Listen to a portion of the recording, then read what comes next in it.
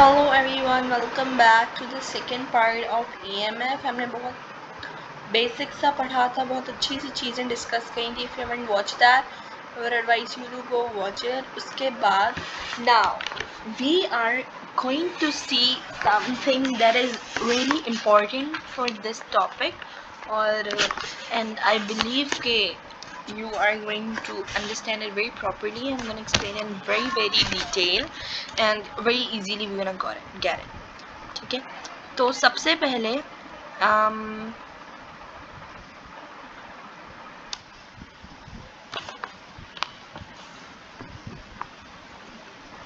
alright, सबसे पहले like now the question arises that how we maintain this EMF inside the battery. हम EMF battery के अंदर कैसे मेंटेन करते हैं और क्यों करते हैं. तो हमने केमिस्ट्री के अंदर एक बहुत अच्छा सा कॉन्सेप्ट पढ़ा था कि हमें फॉर एग्जांपल अभी आप केमिस्ट्री को छोड़ें, आप मेंटेनेंस की बात करते हैं EMF की.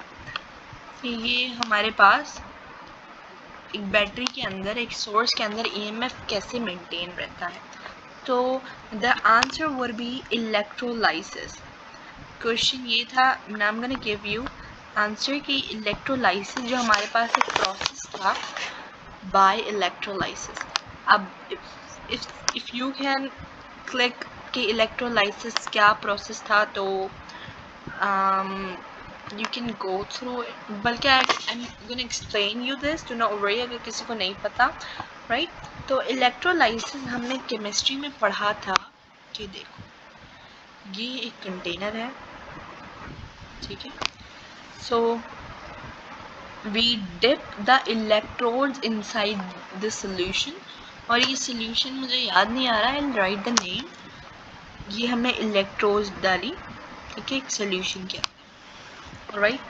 Then inside the solution the ions break positive ions. तो आयंस जो ब्रेक हुए ना, वो एक जो पॉजिटिव आयन थे वो इधर इस तरफ आ गए और जो नेगेटिव आयन थे वो इस पेट पे आ गए, ठीक है. आयन डिस्ट्रीब्यूट हो गए. I repeat my sense then कि हमने एक सॉल्यूशन लिया, कंटेनर लिया, उसके अंदर आयंस ब्रेक हुए, ठीक है. सॉल्यूशन की वजह से आयंस ब्रेक हुए एंड इलेक्ट्रोड्स लगी हुई थी, दो रॉड्स लगी हुई थी. आयंस ब्रेक होने के बाद एक रॉड के ऊपर पॉजिटिव आयंस गए, दूसरी रॉड के ऊपर नेगेटिव आयंस गए. One electrode and another electrode के पास पॉजिटिव है, दूसरे के पास नेगेटिव आए. So the chemical process takes place inside the battery or cell due to which potential difference is produced across the terminal. देखो अभी जो मैंने लाइन बोली, I know it would be hard to understand कि अभी हमने बोला पहले, सबसे पहले बिफोर गोइंग अहेड मैंने आपसे पूछा था कि हमारे पास EMF कैसे मेंटेन होता है. तो EMF कुछ इस तरह से मेंटेन होता है कि हमारे पास जो सेल्स होते हैं ना, बैटरी होती है, उसके अंदर EMF कैसे मेंटेन होता है, इस तरह से कि पोटेंशियल डिफरेंस होता है ना, वो अक्रॉस द टर्मिनल होता है और इलेक्ट्रोलाइसिस का प्रोसेस होता है तभी हमारे पास. So when the charges flow between the terminal of the battery, they experience a resistance. देखो भाई, अब रेजिस्टेंस की यहाँ पे बात आने लगी है. इलेक्ट्रोलाइसिस का पता चल गया और कैसे हमारे पास एक बैटरी है, वो हमारे पास कैसे ना क्या बोलते हैं वो होती है, EMF मेंटेन करती है क्योंकि इसके अंदर इलेक्ट्रोलाइसिस का प्रोसेस होता है, ठीक है. नाउ अब लेट्स सी कि इलेक्ट्रोलाइसिस का प्रोसेस होने के बाद नहीं, बस चार्जेस हमारे पास पॉजिटिव टर्मिनल से नेगेटिव टर्मिनल पे फ्लो कर रहे हैं. मैंने पता है बहुत गंदी सी डायग्राम बनाई है, ठीक है, बल्कि इसको छोड़ो. Charges are flowing from the negative terminal to positive terminal. तो फिर क्या होगा हमारे पास कि when the charges flow from the negative terminal to positive terminal, the flow of charges between the terminal of a battery, they will experience some opposition. some resistance.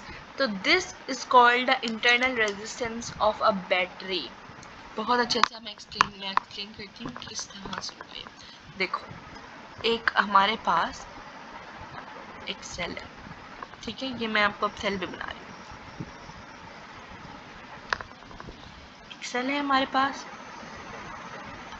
और ये हमारे पास positive है, नेगेटिव है। जो सेल के अंदर जो resistance होगी ना उसको हम छोटे आर से डिनोट करेंगे, ठीक है, और सेल के बाहर जो रेजिस्टेंस होगी ना उसे हम बड़े आर से डिनोट करेंगे।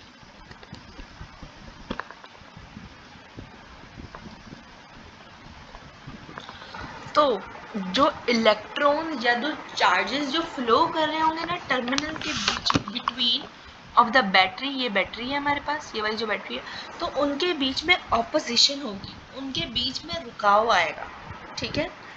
एंड जो अंदर वाली जो होगी ना रेजिस्टेंस सेल के, वो हमारे पास कहलाएगी इंटरनल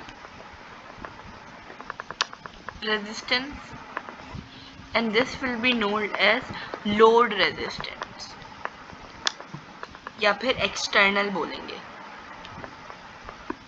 ऑलराइट, आई होप यहाँ तक आप लोग को क्लियर होगा। एंड मैं कुछ और ऐड ऑन करना चाहती हूँ यहाँ पे कि ये जो इंटरनल एनर्जी होगी ना will be directly proportional to the distance between them. यहाँ पे इनकी जो इंटरनल एनर्जी भी बनेगी, याद रखिएगा यहाँ पे इंटरनल एनर्जी बनेगी, that would be directly proportional to the electrodes and inversely proportional to the area of the electrode. Internal energy होगी, internal energy would be directly proportional to electrodes. मैं छोटे छोटे वर्ड्स में लिख रही हूँ, I am so sorry, but लेकिन would be inversely proportional to the area, area इसके एरिया से इन्वर्सली प्रोपोर्शनल होगा। और हाँ, ये जो सोल्यूशन होगा कोई भी हो सकता है, बट हमने यहाँ पे एग्जांपल लिए H2SO4 के लिए, ठीक है। आई hope that is clear. So EMF फिर से बताते चलूँ, the work in moving 1 coulomb charge from negative potential to the positive potential, right? एक नेगेटिव पोटेंशियल से पॉजिटिव पोटेंशियल पे जाएगा, वर्क डन होगा थ्रू द सोर्स और अ बैटरी। सो इसको हम EMF कहेंगे, मतलब इलेक्ट्रोमोटिव फोर्स कहेंगे। अगर मैं आपसे पूछूं क्या आप मुझे पोटेंशियल डिफरेंस बता सकते हो, तो हमेशा please remember this, potential difference जो होगा ना हमारे पास, वो हमारे पास नेगेटिव से पॉजिटिव नहीं होगा। पोटेंशियल डिफरेंस को हम कहते हैं the work done in moving 1 coulomb charge from higher potential. अब यहाँ पे हायर पोटेंशियल क्या शो करता है पता है आपको? हायर पोटेंशियल हम हमेशा जो कहते हैं ना वो पॉजिटिव टर्मिनल को कहते हैं। और मैं आपको पोटेंशियल डिफरेंस बता रही हूँ यहाँ पे, EMF भी बताती हूँ डिफरेंस थोड़ा, ये मेरे पता नहीं क्या मसला है। तो work done in moving 1 coulomb charge from higher potential means positive potential to lower potential, ठीक है, इन एन इलेक्ट्रिक फील्ड, तो this will be known as potential difference. लेकिन अगर हम EMF की बात करें तो the work done in moving 1 coulomb charge from negative potential, मैंने आपको रीजन भी बताया था नेगेटिव पोटेंशियल क्यों, अगर आपको जानना है तो please watch my previous video.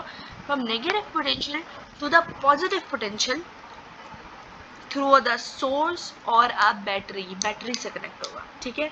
And electromotive force is work done per unit charge and it is denoted by इस तरह से E से, ठीक है। एंड वोल्ट इसका यूनिट होता है, जूल पर कूलम हमारे पास पोटेंशियल डिफरेंस का भी होता है, जूल पर कूलम हमारे पास EMF का भी होता है, वोल्ट हमारे पास पोटेंशियल डिफरेंस का भी होता है, वोल्ट हमारे पास EMF का भी होता है, ठीक है। So the strength of the source which supply energy at the same ratio eight which it is displaced, ये भी हम EMF को कह सकते हैं एक स्ट्रेंथ होती है सोर्स की which supply energy at the same rate. चलो ये मैं आपको एंड में एक्सप्लेन करूँगी। I know it is a bit complicated to understand. जितना भी हमने भी पढ़ा है वो आपके दिमाग में बैठ जाए तो it would be more easier for me to explain as well. तो अब हम आगे चलते हैं।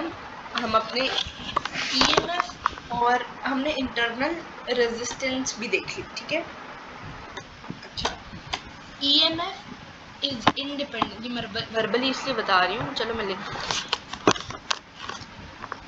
EMF is independent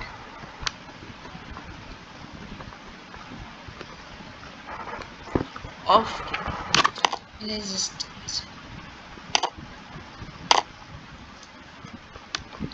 but potential difference is dependent of resistance.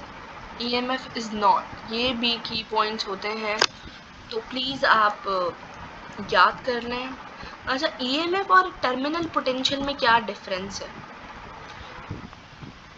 I think बताना चाहिए बिकॉज ये भी बहुत इम्पोर्टेंट चीज़ है। देखो, अब हम देखते हैं EMF and potential difference.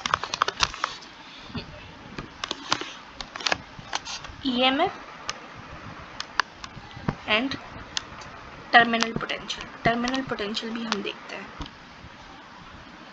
Terminal PD। देखो, EMF होता है the potential difference across the terminal of a battery when no current is drawn. कोई करंट पास ना हो रहा ना तब हम EMF कहलाते हैं, ठीक है। But the potential difference across the terminal of a battery when current is drawn, जब करंट होता है मीन्स EMF के अंदर जब no load is connected means resistance, हमने लोड रेजिस्टेंस पढ़ा था, अभी ऊपर ही पढ़ा था, मैंने आपको बताया, ये इसको लोड रेजिस्टेंस कहते हैं। तो when it is not connected तो हम इसको कहते हैं EMF, और अगर कनेक्टेड होता है तो हम टर्मिनल पोटेंशियल डिफरेंस कहते हैं, ठीक है। ये भी हमारे पास हो गया। अब हम छोटी सी डेरिवेशन करते हैं अकॉर्डिंग टू ओम्स लॉ, उसके बाद हम ये सब वाइंड अप करेंगे। अकॉर्डिंग टू ओम्स लॉ भी यहाँ पर आ गया, ठीक है। तो ओम्स लॉ की इक्वेशन थी VIR, जो कि हमारे पास ये वोल्ट के तौर पे था, और वोल्ट के तौर पे हम इसको क्या कहते थे, पोटेंशियल डिफरेंस कह रहे थे, ठीक है। तो हम E इसकी जगह पे लिख सकते हैं because the strength of the source, EMF is the strength of the source. तो हम EMF को कभी कभार पोटेंशियल डिफरेंस की जगह पे भी लिख रहे होते हैं, जैसे कि हम यहाँ लिख रहे होते हैं, हम इसको IR लिख सकते हैं, ठीक है। R जो होगा ये हमारे पास रेजिस्टेंस होगा, जो कि हमारे पास सीरीज कॉम्बिनेशन के अंदर होगा।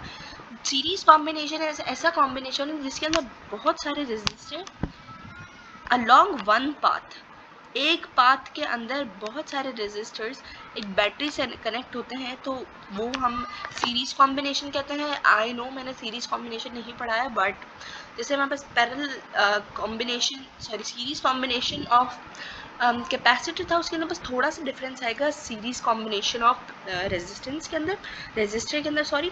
तो यहाँ पे R बेसिकली हम अभी जो वैल्यू लिखने वाले हैं वो आपको समझ आ जाएगा मैंने क्यों बताया है। तो E is equal to I R plus R, ये सीरीज की वजह से है, ठीक है।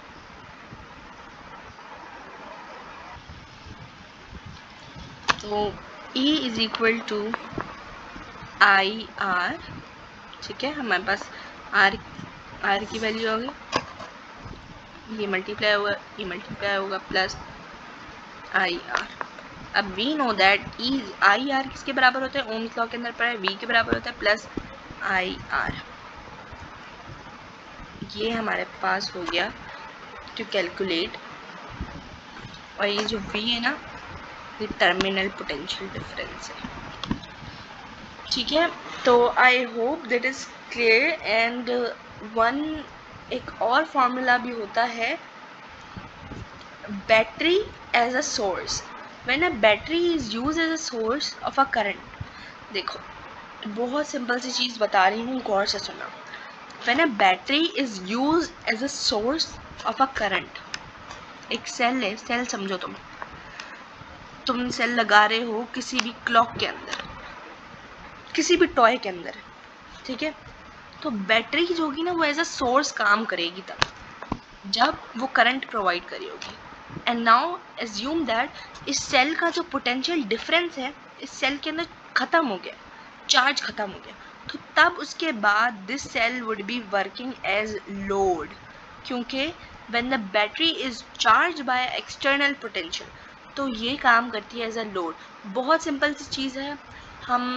हम आपको एक मोबाइल से वैसे मोबाइल की example would not very here, but मैं आपको समझा देती हूँ कि फॉर एग्जांपल एक फ़ोन है। फ़ोन आप अपनी पढ़ाई की सोर्स के लिए इस्तेमाल करते हो। जब फ़ोन का काम ख़त्म हो जाता है तो आप उसको चार्जिंग पे लगाते हो, तो फ़ोन तब लोड की तौर पे फ़ोन एज अ लोड काम करेगा। मैं पता नहीं क्यों लिख दिया, बट फ़ोन जो है हमारे पास लोड के ना तौर पे काम आएगा। ठीक है, उसके लिए भी थोड़ा सा चेंज फार्मूला है, and that is V is equal to E plus IR।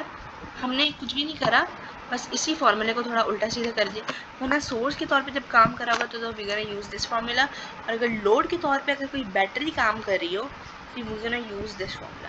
And I hope this is clear. मैंने बहुत ईजी करके पढ़ाया था। Thank you so much for watching.